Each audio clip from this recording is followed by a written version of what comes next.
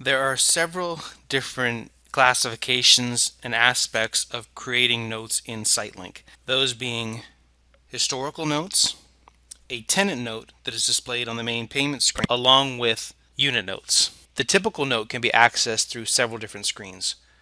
For example, Payments button.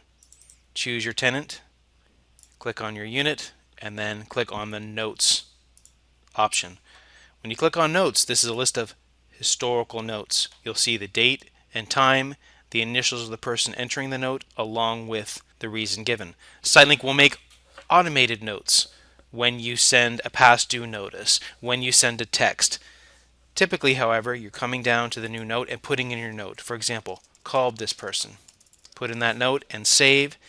Now that note is showing in our historical list of notes. You have the option to show your notes in reverse order. You can also flag your note as a collection call. You can set a reminder to follow up with this person on a future date, and that will show on your reminder screen.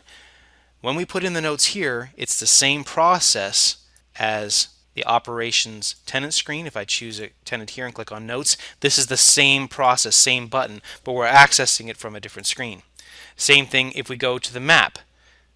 Map, click on our unit, notes, same button even though it's accessed from a different screen.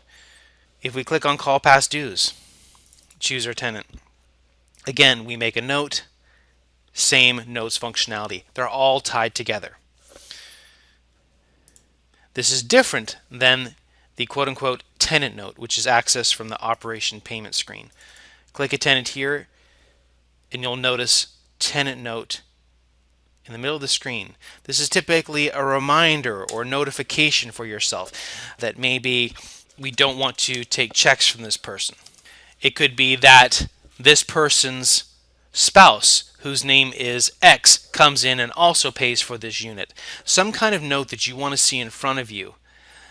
That is a tenant note. When we add this in, by clicking OK, it saves it, but we can also take it out. Click OK, and it's gone. It's not historical like this notes option. This tenant note field does not affect the notes screen here. Lastly, we have what are called unit notes. To put unit notes for a unit, click on Company, Unit Notes, click on your respective unit, and edit it and put in your note. This unit needs maintenance, for example. Typically, the note you would put for a unit is just that. The unit needs to be swept out. The unit needs maintenance. There is an issue with the unit. Those are the types of notes that you'd put here. This is different than a tenant note. The tenant note is specific to that person, whereas the unit note is specific to the unit. So two different versions of notes.